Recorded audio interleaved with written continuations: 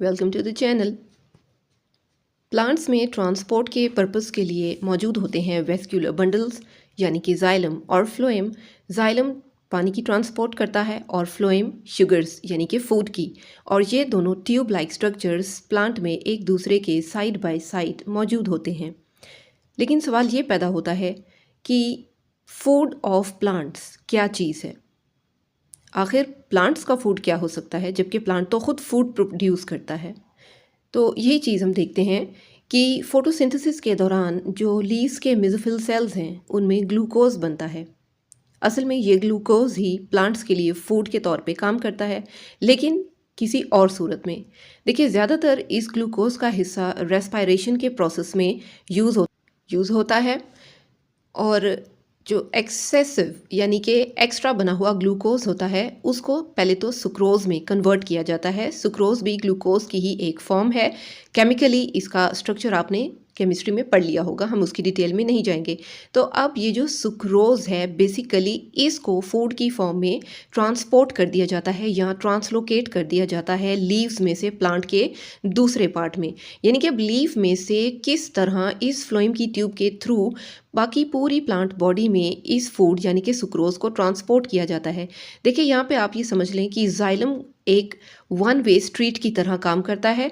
यानी इसमें सिर्फ रूट्स में से लेके लीव्स तक यानी नीचे से ऊपर तक ही पानी ने मूव करना है, जबकि फ्लोएम जो है ये टू वे स्ट्रीट के तौर पे काम करता है। अब टू वे स्ट्रीट का ये मतलब नहीं है कि सिर्फ लीव से लेके रूट्स तक ही फूड ने एंटर होना है, बल्कि ये डिफरेंट डायरेक्शंस में, ब्रांचेस में भी जाएगा, रूट्स में भी जाएगा, ट्यूबर्स में भी जाएगा, जो डिवेलपिंग फ्रूट्स हैं, फ्लावर्स हैं, उनमें भी जाएगा। ठीक है, तो ये सब किस तरह पॉसिबल है, इसको स्टडी किया गया है प्रेशर फ्लो मैकेनिज्म, या इसको मैस फ्लो मैकेनिज्म भी कहते हैं, जिसे फर्स्ट टाइम 1930 में प्रपोज किया था अर्नस्ट मंच ने। अब ये थ्योरी सजेस्ट करती है कि फूड बनने वाला जो है वो हमेशा सोर्स से लेके सिंक तक मूव करता है। यस, ये दो पॉइंट्स ऐसे हैं जिसे आपने इस टॉपिक को समझने के लिए जहन में बिठा लेना है। Source and sink. सोर्स क्या चीज़ है? सोर्स कोई भी ऐसा मेच्योर लीव या स्टोरेज ऑर्गन है जिसके अंदर या तो फूड प्रिपेयर हो रहा है या फिर पहले से ही फूड स्टोर करके रखा गया है। और सिंक क्या है? सिंक वो जगह है जहाँ पर इस फूड की ज़रूरत है। ये developing birds, developing fruits, tubers, stems, कोई भी चीज़ हो सकती है। ठीक है, अब ये अगर आप डायग्राम चेक करें तो जैसे कि मैंने पहले भी बताया कि जाइलम और फ्लोएम ऐसी दो ट्यूब्स हैं जो कि साइड बाय साइड मौजूद हैं ट्रांसपोर्ट का काम करने के लिए। इन दो ट्यूब्स में फ्लोएम की ट्यूब के साथ हम सपोज कर लेते हैं कि किस तरह से लीव्स मौजूद हैं, और इन लीव्स के अंदर बनना है फूड, और उस फूड ने फिर आगे बाकी के प्लांट्स तक पहुंचना है, प्लांट की बॉडी तक। अब देखिए, यहाँ लीव के अंदर दो तरह से फूड बन रहा है, एक तो ग्लूकोज की फॉर्म में और एक सुक्रोज की फॉर्म में। And as I have already told कि ग्लूकोज की फॉर्म सिर्फ रेस्पायरेशन के लिए यूज़ होगी, जबकि सुक्रोज को लीफ में से निकाल कर फ्लोएम में ट्रांसफ़र कर दिया जाएगा। अब ट्रांसपोर्ट ऑफ फूड या ट्रांसलोकेशन ऑफ फूड या एसेंट ऑफ सैप की मूवमेंट के डिफरेंट स्टेप्स आ जाते हैं। इन्हें हम वन बाय वन स्टडी करते हैं, आसानी से समझ में भी आ जाएगा। देखिए, सबसे पहला स्टेप ही ये है कि फूड बनना है। ठीक है, अब फूड बनने के बाद जो सुक्रोज है यानी कि शुगर की होनी है लोडिंग। सुक्रोज को मैं यहाँ पे शुगर टर्म करूँगी। शुगर की लोडिंग होनी है, लोड करना है लीव्स में से शुगर को फ्लोएम के अंदर। अब जैसे ही लोडिंग की जाएगी, ये सुक्रोज एंटर हो जाएगा फ्लोएम के अंदर। अब फ्लोएम का स्ट्रक्चर क्या है? फ्लोएम में दो तरह के सेल्स मौजूद होते हैं, सीव ट्यूब्स मौजूद होती हैं एंड कंपेनियन सेल्स मौजूद होते हैं। तो ये जो सुक्रोज है या ये जो शुगर्स हैं, ये सबसे पहले कंपेनियन सेल में से होते हुए सीव ट्यूब में एंटर हो जाएंगी, यानी कि ये फ्लोएम का पूरा एक पार्ट है। अब जैसे ही ये सीव ट्यूब में एंटर होंगी तो फ्लोएम में गाढ़ापन, एक कंसंट्रेशन ग्रेडियंट क्रिएट हो जाएगा शुगर्स का। अच्छा, ये जो मूवमेंट है ये अच्छी खासी एक हाई एनर्जी, एक्टिव एनर्जी की वजह से होगी। अब जो कि शुगर कंटेंट इंक्रीज हो गया तो जाइलम की ट्यूब में से बड़ी आराम से ऑस्मोसिस के प्रोसेस के थ्रू पानी के कुछ मॉलिक्यूल्स फ्लोएम में एंटर हो जाएंगे। ठीक है, यानी फ्लोएम जो है वो अकेली शुगर्स को ही ट्रांसपोर्ट नहीं करेगा जब तक ये शुगर अपनी गाढ़ी फॉर्म से डाइल्यूटेड फॉर्म में चेंज नहीं की जाएगी, ये अपनी जगह से मूव नहीं करेगी। ठीक है, जैसे ही जाइलम में से पानी के मॉलिक्यूल्स इस फ्लोएम के अंदर मौजूद इस शुगर कंसंट्रेशन में आएंगे, डाइल्यूट होगा, हल्का फुल्का हो जाएगा, तो अब यहाँ पे फ्लोएम के अंदर एक प्रेशर बिल्डअप हो जाएगा, एक ग्रेडियंट, एक ठीक ठाक प्रेशर डिवेलप हो जाएगा इस फ्लोएम ट्यूब के अंदर, जो कि अब इस सैप को या इस शुगर के जो आप कह लें कि सॉल्यूशन बन चुका है पानी के साथ मिलके, उसकी मूवमेंट में हेल्प करेगी, यानी कि फ़्लो होगा अब सैप का। अब ये फ़्लो किस तरफ होगा? ये कहाँ लिखा है कि सिर्फ नीचे की तरफ जाएगा? नहीं, जहाँ पर भी शुगर्स की या सैप की ज़रूरत होगी वहाँ पे, ये बिल्कुल ऐसे ही है सप्लाई एंड डिमांड की तरह, जहाँ जहाँ डिमांड होगी शुगर्स की वहाँ वहाँ उसको सप्लाई कर दिया जाएगा। तो सपोज़ कर लें कि यहाँ नीचे हमारे पास कोई फ्रूट मौजूद है, कोई सा भी फ्रूट हो सकता है, बीट रूट है, एप्पल है, ऑरेंज है, कोई भी फ्रूट है, उसको अब इस शुगर की ज़रूरत है। तो इस शुगर को आहिस्ता आहिस्ता से प्रेशर के थ्रू रिलीज़ करते हुए नीचे सिंक की तरफ मूव कर दिया जाएगा।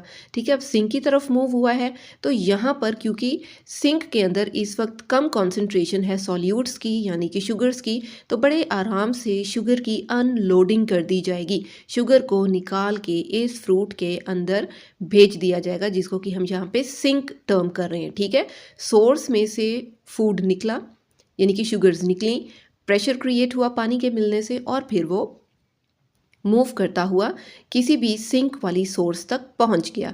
सिंक पे आके अनलोडिंग कर दी गई एक्टिव ट्रांसपोर्ट के थ्रू इन शुगर्स की। अब ये देखना ज़रूरी है कि सिर्फ और सिर्फ शुगर्स की ट्रांसपोर्ट ही सिंक के अंदर की गई है, पानी की नहीं की गई।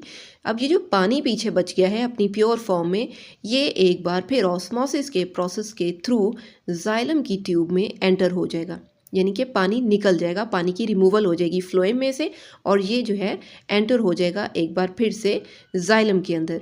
ठीक है, तो बड़ी आसानी से आप ये देख सकते हैं कि सिर्फ जो है वो शुगर्स ही हैं या जो फूड है सिर्फ वो ही है जो कि सिंक के अंदर यानी कि ग्रोइंग और डेवलपिंग फ्रूट या फ्लावर्स के अंदर जाएगा, पानी नहीं जाएगा, पानी को वापस जाइलम की ट्यूब में भेज दिया जाएगा। तो ये जो डिफरेंट स्टेप्स हैं यही हमें बताते हैं कि किस तरह से एक मैस बनता है, एक प्रेशर बनता है शुगर के साथ पानी मिल जाने के बाद, और फिर उस प्रेशर ग्रेडियंट के बनने से किस तरह वो सोर्स से सिंक तक पहुंचा दिया जाता है।